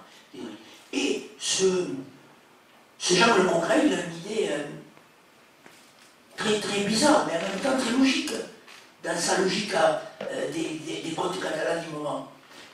Il va partager son territoire en deux, entre ses deux fils, qui ont beaucoup contribué, qui sont beaucoup intervenus dans la reconquête. Alors l'aîné garde la majorité, et le cadet, il lui fait un royaume. Un royaume, quand même, si vous regardez ce royaume, il avait des idées derrière la tête, puisqu'il va leur donner le Roussillon et les Baléares. C'est le royaume de Majorque. Voilà. Pourquoi? Alors, si vous regardez bien le Roussillon, en disant, écoute, on a signé le traité de Corbeil, mais si l'occasion se présente, si tu peux partir vers le nord, pourquoi pas? Et les Baléares, si tu peux partir vers la Méditerranée, pourquoi pas? Vous voyez? Voilà. Donc, ce royaume de Majorque, fin du XIIIe, milieu du XIVe, 3 rois, il va se terminer parce que, évidemment, le comte de Barcelone veut essayer à tout moment de le récupérer, et puis au milieu du XIVe, il va y avoir quelque chose qui va jouer beaucoup, un grand rôle dans tout ça. Donc je passe, le royaume de Majorque, dont Perpignan devient la capitale, et là c'est le moment de, je dirais, une sorte d'apogée de la ville de Perpignan. Hein. Tout dans la ville de Perpignan, la plupart des monuments ont été construits à ce moment-là, ce qui est devenu la cathédrale, les remparts, les églises, etc. sont reconstruites à ce moment-là. Évidemment, le palais du roi de Majorque, remarquable palais d'ailleurs, voilà, qui d'entrée ils vont se heurter aux descendants, enfin au fils de Saint-Louis, Philippe le Hardi. Philippe le Hardi, il vient, si vous voulez, prétextant quelque chose pour essayer de conquérir, si vous voulez, au moins le Roussillon, et si possible la Catalogne. Il va échouer, mais il va brûler, par exemple, la population d'Elne dans la cathédrale à Elne. Si vous allez à Elne, vous verrez encore les pierres brûlées, voilà, ça occasionnera, et il va mourir. Il va mourir entre Gironde et Perpignan, probablement de la peste. Voilà, en 1285, il détruit d'Elne, Philippe le Hardi. Voilà, je passe, bon, celle-là elle est floue. Toujours pareil, Jacques le Conquérant et les rois de Majorque procèdent souvent comme ça, par réunir les Corses, alors les Corses, c'est pas simplement les nobles. Hein, il y a aussi le représentant du peuple et le représentant du clergé qui se réunissent pour décider ensemble. Regardez, les cités et les monastères qui sont représentés aux Corses catalanes au XIVe siècle. Et il y a évidemment Perpignan, Saint-Michel de Bouchard, etc. Voilà, voilà le palais des rois de Majorque à Majorque. C'est le même architecte qui le fait, n'est-ce pas? Il est au-dessus de Majorque, et le palais des rois de Majorque à Perpignan. Voilà, pour l'époque, c'est des palais magnifiques. Hein. C'est la première fois où on fait un palais qui ne soit pas simplement un château. Hein. Et d'ailleurs, ça va s'accompagner de lois qu'on appelle les lois palatines, qui sont considérées comme les premières lois d'organisation d'une cour. Elles se trouvent en Belgique, à la Bibliothèque nationale de Belgique. Pourquoi? Parce que Charles Quint, quand il viendra à Perpignan, parce qu'il va les prendre, et Charles Quint, lui, contrairement à ce qu'on pense, il est belge. Voilà. Il est flamand. Et il va l'amener chez lui, en Belgique. Voilà. Les lois palatines. Donc, qui ont été écrites au palais des rois de Majorque. On trouve tout ça à la ville de Barcelone à ce moment-là. Hein.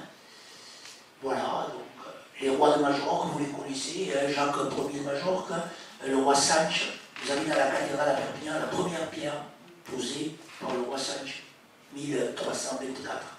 Elle se trouve pas loin de l'Orgue, à gauche. Voilà. Donc, et plus tard, alors qu'il y a encore le royaume de Majorque, se produit cette fameuse peste de 1348, qui va tuer la moitié de la population minimum, hein, et qui va évidemment bouleverser complètement un petit peu tout. Quoi. Il y a une crise religieuse, économique, politique, etc. Et donc, si vous voulez, par exemple, la cathédrale de Perpignan est peut-être beaucoup plus grande. Si vous regardez la cathédrale de Narbonne, qui est déjà immense, on n'en a construit que le quart. Après ça, on manque d'argent, on manque de bras, on est dans une forme de crise morale aussi importante. Voilà. Donc, je passe. Vous voyez, ça c'est des représentations de cette peste volontaire des gens. C'est des moments terribles. Hein. C'est pour ça que quand on parle les gens meurent, il y a je ne sais pas combien de gens qui meurent tous les jours, partout, etc. Voilà. Elle va toucher toute l'Europe. Alors c'est pareil, elle arrive d'Asie, par l'intermédiaire des bateaux génois, qui se sont battus avec, sur un port là-bas pour la possession d'une ville. Et dans la bataille, dans le siège, il y en a qui revenaient d'Asie avec la peste, ils l'ont donné aux Génois, quand ils sont partis, ils l'ont ramené. Ça commence par la Sardaigne, et quand ils arrivent à Coyure, le premier port qui est touché, chez nous, c'est Coyure. Voilà. C'est de là que viennent les danses de la mort qu'on retrouve encore en Catalogne. À Berges, il y a les danses de la mort, ça vient de ça. Voilà. Et regardez, dans la foulée, le roi récupère l'ensemble des territoires, le comte de Barcelone, et pour discuter, pour trouver des solutions, crée ce qui va être appelé la Generalitat. La Generalitat, ça veut dire quoi? Ça veut dire l'ensemble des personnes de Catalogne. Vous voyez, on va dire non seulement on fera des Corses, mais on fera en plus du gouvernement comtal ou royal, un gouvernement de la Generalitat des gens. Ça, c'est une nouveauté exceptionnelle pour l'époque. Voilà, la Generalitat. Le premier deviendra Béranger de Cruïs, le village à côté de la Bisbal, on l'a mis au 131e président de la Generalitat, régulièrement emprisonné ou exilé, ou, si vous voulez, disons qui évidemment, actuellement, gêne beaucoup l'État espagnol. Voilà. Alors, qu'est-ce que c'est que la Generalitat? C'est ça. Generalitat, ça veut dire l'ensemble des gens vont décider en même temps que le roi. Voilà l'organisation. Vous avez le pouvoir royal, le pouvoir, on dit de la terre, la Generalitat, n'est-ce pas? Avec le bras ecclésiastique, le bras militaire, le bras populaire, la députation générale, palau de la députation, vous avez à Perpignan le parti de la mairie, qui est en fait le palau de la députation, le palais des députés. Perpignan, comme vous savez la mairie, là, comme ça, pouvoir de la ville. À côté, immense bâtiment en pierre de Majorque d'ailleurs, pierre grise de Majorque, parlant de la déportation, et sur la gauche, le pouvoir des marchands, la loge, pouvoir des marchands, pouvoir de la ville, pouvoir de la terre. Voilà. Donc, si vous voulez, voilà comment ça fonctionne. Et puis, regardez ce que dit Pierre III le cérémonieux, qui est celui qui récupère l'ensemble du territoire, hein, qui est le roi, donc, vers 1382. Il va dire, regardez vos lois, vos constitutions, votre liberté et vos privilèges, et vous vous considérez comme les peuples parmi les plus libres de la terre. Voilà, voilà ce que juraient les gens, voilà ce que juraient nous qui valons autant que vous, hein, à la généralité, en parlant du roi bien sûr, nous jurons devant vous que nous ne sommes pas meilleurs que vous, mais qu'ensemble nous valons plus que vous, et que nous acceptons comme roi et souverain à cause que vous respectiez nos libertés, nos lois, sinon, non. Ça, vous avez là l'origine du différent avec la Castille, puisque d'empêcher ce genre de choses. Voilà, donc on passe, on construit alors selon des églises magnifiques, je vous recommande celle-ci, Santa Maria del Mar, avec un très beau livre qui raconte cette histoire. La cathédrale de la mer, lisez-le, c'est magnifique. Hein, il y a l'histoire de la peste dedans, etc. Voilà. Donc voilà un petit peu l'Espagne vers 1400, hein, le royaume de Castille, qui lui aussi a beaucoup gagné, hein, beaucoup avancé. On n'en parle pas ici, mais la Castille aussi a réussi une reconquête importante. Il ne reste plus que le royaume de Grenade, en bas. La Catalogne avec le Valencia et les Baléares qui sont tournés vers la Méditerranée et qui occupent la Sardaigne, d'une certaine façon, la Sicile aussi. Hein, voilà. Et un autre événement, je dirais, imprévu, va jouer un rôle important dans l'histoire de la Catalogne. Nous sommes en 1410, là c'est en 1406, vous voyez, un roi qui s'appelle Martin Humain, qui fait les cortes de Perpignan, et bien Perpignan, la porte d'entrée du pays. Et bien il meurt, ce Martin Humain, en 1410, sans héritier. Sans héritier, et il y a là une sorte de compromis qui est fait avec un dominicain que l'on connaît, qui s'appelle Vincent Ferrier. C'est-à-dire, si vous me donnez la ville, je lâche votre fils, sinon je le tue. Perpignan refuse de se rendre et, si vous voulez, obtient le titre de fidélissime ville. Le fils est tué. Louis XI donc, repartira en France. Et le titre, ça c'est un bouquet sur le Castille. Voilà. L'Espagne bouge aussi et va jouer un rôle important maintenant, puisque le roi d'Aragon, Ferdinand d'Aragon, comte de Barcelone, ça vous dit quelque chose, il va se marier avec Isabelle de Castille. Voilà. Et c'est là qu'on est ce qui sera plus tard l'Espagne. Vous voyez? La Catalogne, elle existe. Pour l'instant, l'Espagne va naître de ça, c'est-à-dire de ce mariage des rois. Voilà. Sauf que, à cette époque-là, vont se produire en une seule année 3 événements majeurs, qui encore aujourd'hui jouent un rôle. Nous sommes en 1492. C'est la dernière année du Moyen-Âge. Pour les historiens, hein, les gens de l'époque ne se sont pas aperçus que le Moyen-Âge était fini. Voilà. Donc 1492, voilà. Début janvier, Ferdinand d'Aragon s'empare de Grenade. Voilà. C'est le dernier royaume musulman. C'est Ferdinand d'Aragon qui s'en empare. Avec d'ailleurs des gens de Corio, de Valus, probablement. Vous voyez? Voilà. Il s'empare du dernier royaume de Grenade. Ce qui fait que, ça y est, il n'y a plus de musulmans en Israël. Et là, les dominicains disent, s'il n'y a plus de musulmans, il faut mettre l'inquisition pour qu'il n'y en ait plus, ni des musulmans, ni des autres. Tout le monde va suivre la même ligne. Voilà. On va rentrer dans une autre histoire. Voilà. Et du coup, on dit, mais les Juifs, qu'est-ce qu'ils font là? Dehors. On va chasser les Juifs, 1492. Un tableau à Coyure magnifique, il y a des descriptions du départ des Juifs à Coyure terribles. Erreur gigantesque de l'Espagne, parce que les Juifs avaient en main de nombre de moyens, en particulier le trésorier de la couronne de Castille était un Juif. Ces gens, où vont-ils les Juifs? Ben, ils vont souvent au Maghreb, n'est-ce pas? Où ils seront les Juifs du Maghreb jusqu'à il n'y a pas si longtemps que ça. Voilà. Hein. Alors beaucoup sont tués. Hein. Ici vous avez les juifs de Vignaros qui partent. Voilà.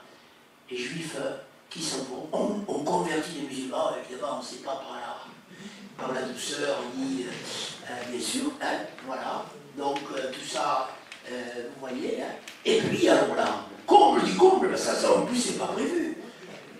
Le 12 octobre 1492, Christophe Colomb, qui est parti en disant il s'en va, on ne le reverra plus, il est fou, il dit qu'il va en Inde, et bien il arrive en Amérique.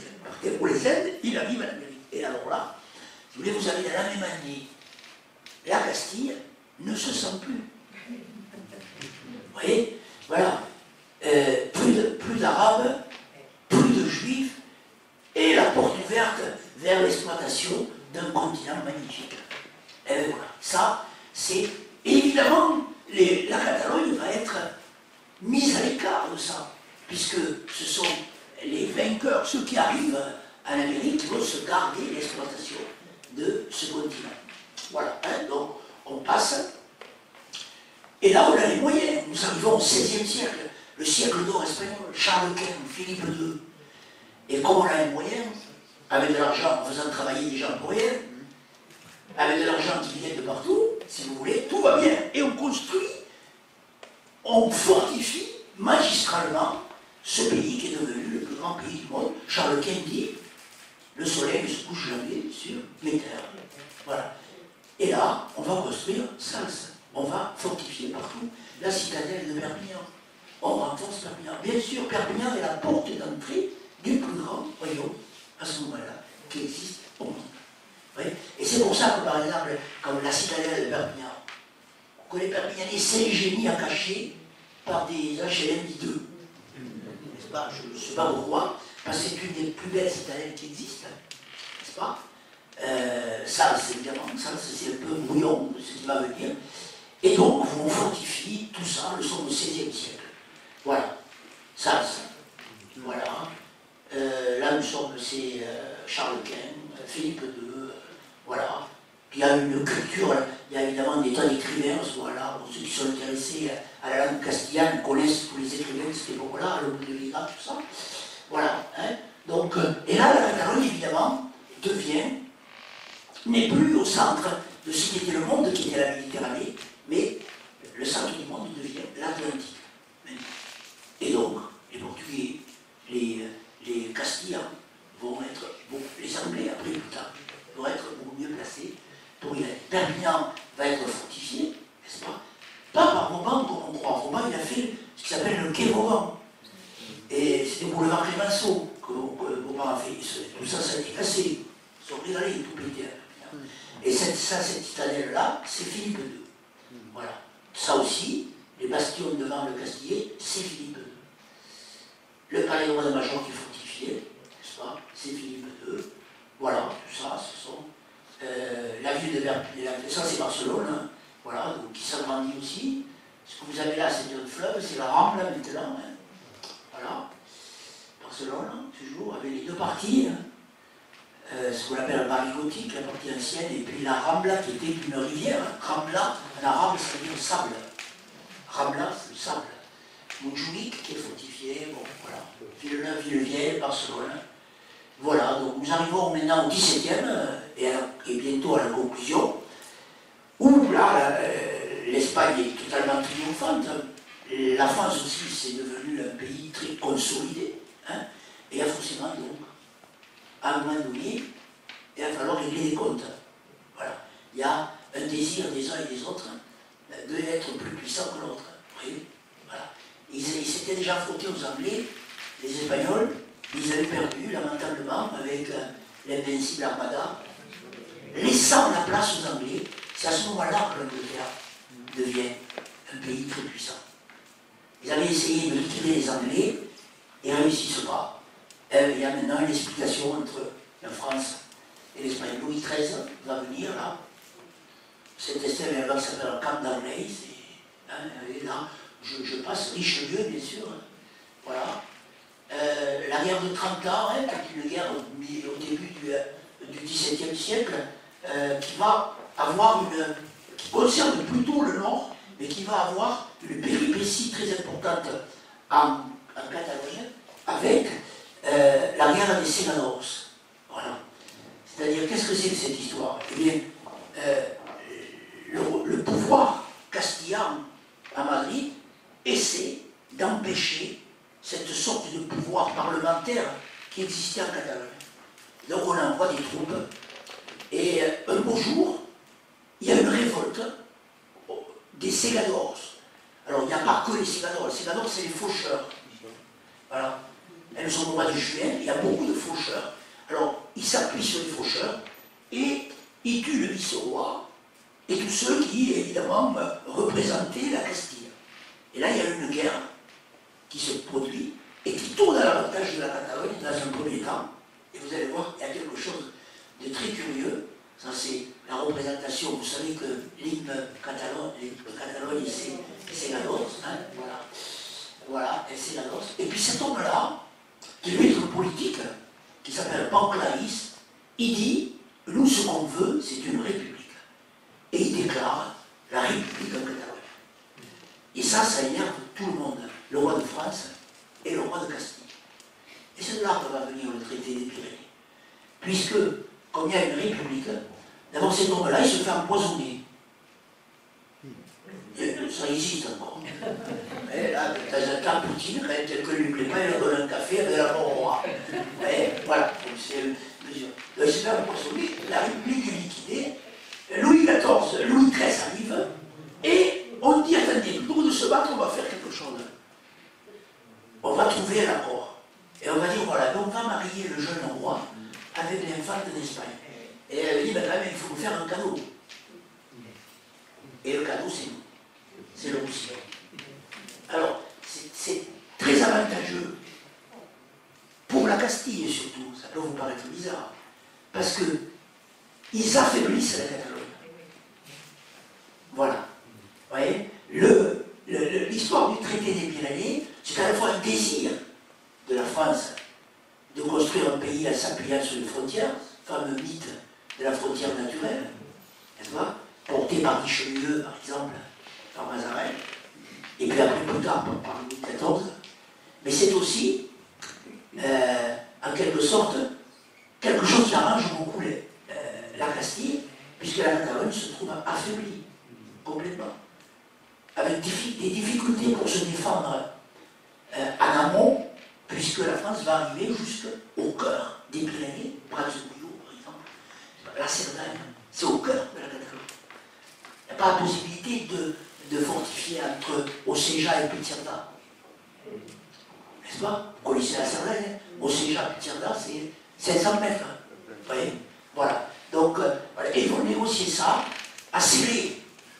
Tenez, ça va durer 1 an ou 1 an et demi, les négociations. Et quand tout est prêt, on dit Louis XIV va se marier avec l'infante d'Espagne. Et le contrat de mariage, c'est le traité des Pyrénées. Voilà. Hein?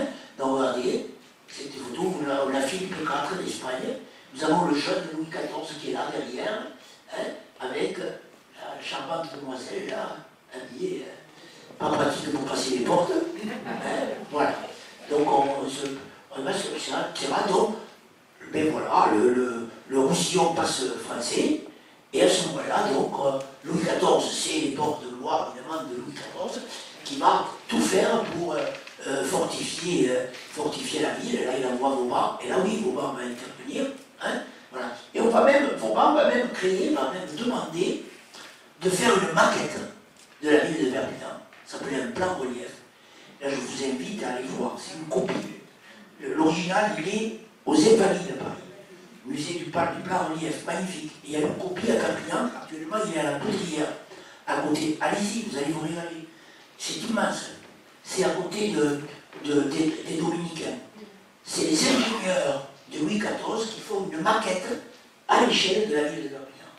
Et ce que vous avez là, vous voyez, donc, je crois que j'ai changé là. Voilà. Donc ce que vous avez là, c'est la ville de Perpignan telle qu'elle restera jusqu'au début du XXe siècle. Vous voyez? Voilà. La citadelle, elle existe toujours, personne ne le sait, et tout le monde s'en fout. Voilà. Non, mais je ne plaisante pas, c'est comme ça. Hein.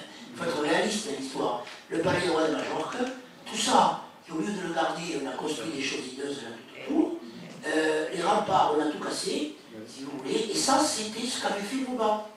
Parce que Vauban, il avait vu que là, c'était très difficile à défendre. Alors, il a fait le quai Vauban. Et ça, on l'a cassé pour faire le boulevard Clémenceau et les Dames de France. Voilà. Donc, voyez, allez-y le voir, c'est extrêmement intéressant. Le traité des Pyrénées, gardé aux archives à Paris, voilà.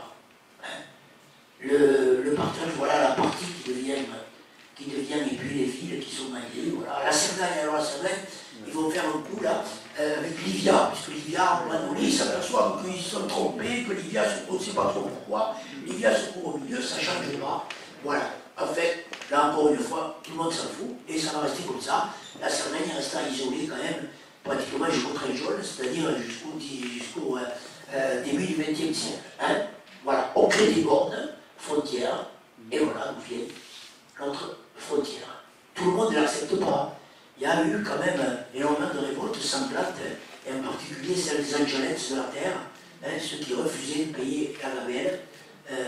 Joseph de la Trincelli, dans le Val-Espire en particulier, y compris aussi ici, d'ailleurs. Voilà, tout ça nous fait arriver, ça c'est Vauban, il est un peu flou, voilà, c'est dommage. Voilà, Montlouis, bien sûr, bon, vous connaissez, je passe Coyot, évidemment. Alors, Coyot, il fait fort pour voilà, quand même, à Coyot. Oui, il casse tout. Parce que, si vous voulez, Coyot, si vous regardez, la logique d'une ville médiévale, c'est le château et la ville à côté. Alors on dit, ça ne va pas pour fortifier, on va raser la ville, tout. Et donc, il y avait une église romane là au milieu. Et puis on dit aux habitants, démerdez-vous, ils leur disent mieux que moi, probablement. Mais ça revient au même. Et alors, les plus riches vont du côté, là où là maintenant il y a l'église, etc., et les plus pauvres, ils vont de l'autre côté. Et maintenant, ils sont tous riches à Coyot. Je ne sais pas, mais voilà. Donc, mais il y a eu pendant longtemps une sorte de conflit entre Paul Laragne et puis. Et alors, comme il faut faire une église, ils disent tiens, il y a un phare là. Et bien, ça va nous faire des économies, ça sera le clocher. Et voilà. Mais le coup du Gouliot, d'avant le XVIIe, il ne reste rien.